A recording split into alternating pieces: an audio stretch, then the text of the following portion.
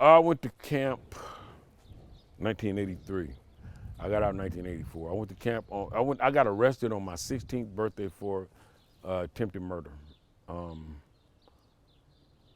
Without going into a bunch of crazy details, I got a phone call on my birthday, and it was the police, and the police was like, it was LAPD. It was LAPD. I didn't even understand. Back in them days, I thought it was cool making all that police contact and shit. And I'm gonna be real.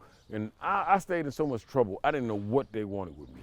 So the police called me. It was my birthday. The police called me on the phone, and I'm talking to him. And the officer says, he asked me. He said, "It's Ronald." I was like, "Yeah, it's Ronald." He said, "Yeah, man. This is Officer such and such. Da, da, da. We need to talk to you." So I'm like, what's this about? Because I had so much stuff going on. I had a case where I got caught with a knife. I got caught writing on some walls. I got all kind of little petty juvenile delinquent cases, I'll say.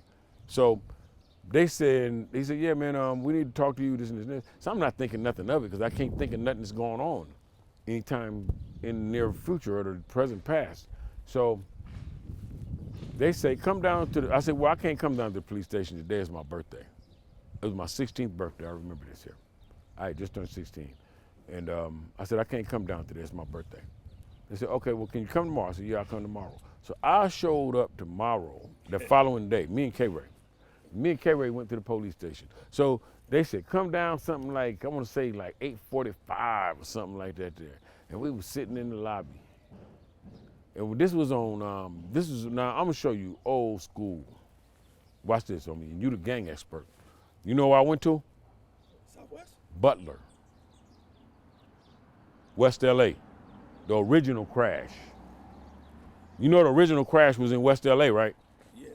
That's where I went to. That's where I went to. Because there wasn't no crash. All these other crash units weren't even here. Yeah. We talking about like 83. So anyway, they asked me to come down. I go down and I'm talking to them, right? So when I go down and I'm speaking, I go down, me and K-Ray go. Me and K-Ray sitting up in here in the lobby and we waiting. So the officer come and he said, "Yeah, somebody be with you in a minute." So I said, "Okay." So I told K-Ray, I said, "Man, if they don't come out here in the next 15 minutes, we out of here." About 10 minutes later, officer come out. He say, "Yeah, Ronald, he come get me." And I said, "Well, what's this about?" Because I'm thinking, I'm like, "Wait, what's this about? Is this about when y'all caught me writing on the walls on butt long? Is this about when y'all caught me with the knife? Or I had so many little, like I said, I had so many little petty misdemeanors going, I didn't even know what they had me for." So the officer walks me into the back. He comes out and gets me and calls my name right before we leave. He walks me into the back. And I'm like talking, like walking in front of him. And I said, "Yeah, man, this and this and this. We talking. I'm trying to find out what am I here for." The officer says, "You don't know what you're here for?" I said, "No." He said, "You really don't know what you're here for?" I said, "No." He said, "There was a shooting and the victim was a Crip." I ain't gonna say what kind of Crip. But it was a shooting and the victim was a Crip and you was identified as the gunman. So then next thing I know, I'm in handcuffs. At this point, you know how it go. You know how the gaffle game go. You know once you get into that back of that police station, they already got a plan. I don't know what happened. I'm in handcuffs. Next thing I know, and I'm in a cage somewhere. So now I'm sitting there like, oh. But all in all, what happened was that I was identified in the shooting up here. It was an event, or how do I want to say? Not an event. It was a how do I say a place where everybody gathers all the time? Like if I don't want to take this place. Social gathering. It was a social space where everybody gathered at on a regular basis, and where they gathered at, where a lot of Crips gathered at. And we went up there, and it was a situation where I guess, well, I'm gonna say allegedly, there was a car that drove through there, and there was some shooting that went on, and a bunch of shooting, and somebody got shot, and somebody said that it was Madd Ronald from Rolling 20s. I don't know who, what. I just know they said it was Madd Ronald from Rolling 20s. I don't know. Disclaimer. But did you find out if a Crip ID'd you or a civilian ID'd you? A Crip ID'd me. Several of them ID'd me. Several ID'd me. So you know what I mean. So what was court like for that case? This is interesting. Okay, the case said to be had taken place around, let us say April of 1983, right? When I was 15 years old, right? They waited till August of 1983 to arrest me. You know why they did that? So you could be 16? They waited because the law had just been passed. 16 years old, you could be tried as an adult. So they wanted to try me as an adult. Their objective was to try me as an adult. So this is what they wanted to do. They wanted to send me to youth authority for 3 years, and this is what they was talking about at the time, and that was the conversation. And at first it wasn't looking too good. But then something happened. It was funny because I used to come into the courtroom, and the courtroom would be full of them. And I go into the courtroom, man, and I'd be full of them, and they wasn't even talking about nothing. It was looking bad at that point, right? And they talking 3 years, California Youth Authority, I'm going through whatever's going on because I'm in the juvenile hall system, and I'm also conflicting with the people from the community where the shooting took place at. So anyway, when I started coming to court, and I would go to court and I would just see them. So I got to trial, and something happened. I don't know what took place, but something happened, and my lawyer could not defend me, and there was a conflict of interest. I don't know I think the lawyer defended the victim somewhere in another case or something of that nature, or something like that, but it was a conflict of interest, and they had to get me a state-appointed attorney.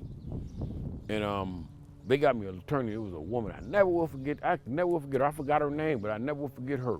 Because that lady, I remember when I first was arrested and I talked with my public defender, and I said, man, can I go, when can I go home? And he said, man, it ain't looking too good, man. I don't think you're gonna be going home no time soon. This is the way he was talking, right? When I got the state-appointed attorney, it was a woman, man. And it was crazy because I'm sitting up in the thing. I'm in the court where we talk to the lawyer at, like in the tank. So I'm sitting in the tank, and the lawyer comes into the tank, and this is my first time meeting her, right? This is my first time meeting her. So this was my first time meeting her. So when she came to the tank, she looked and she said, "Oh my gosh, you're just a baby. What are you doing in jail? We're gonna see." First thing she said, "We're gonna get you out of here. This, and this. She worked it out. By the time I went to court, she had already talked to my daddy and talked to everybody, and they didn't have it set up. Well, they didn't have me. They already made arrangements for me to get out of jail. I didn't even know. I got out that night and was on the streets.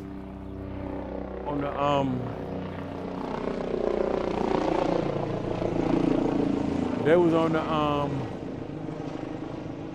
something going on nearby, huh? There's something going on real close.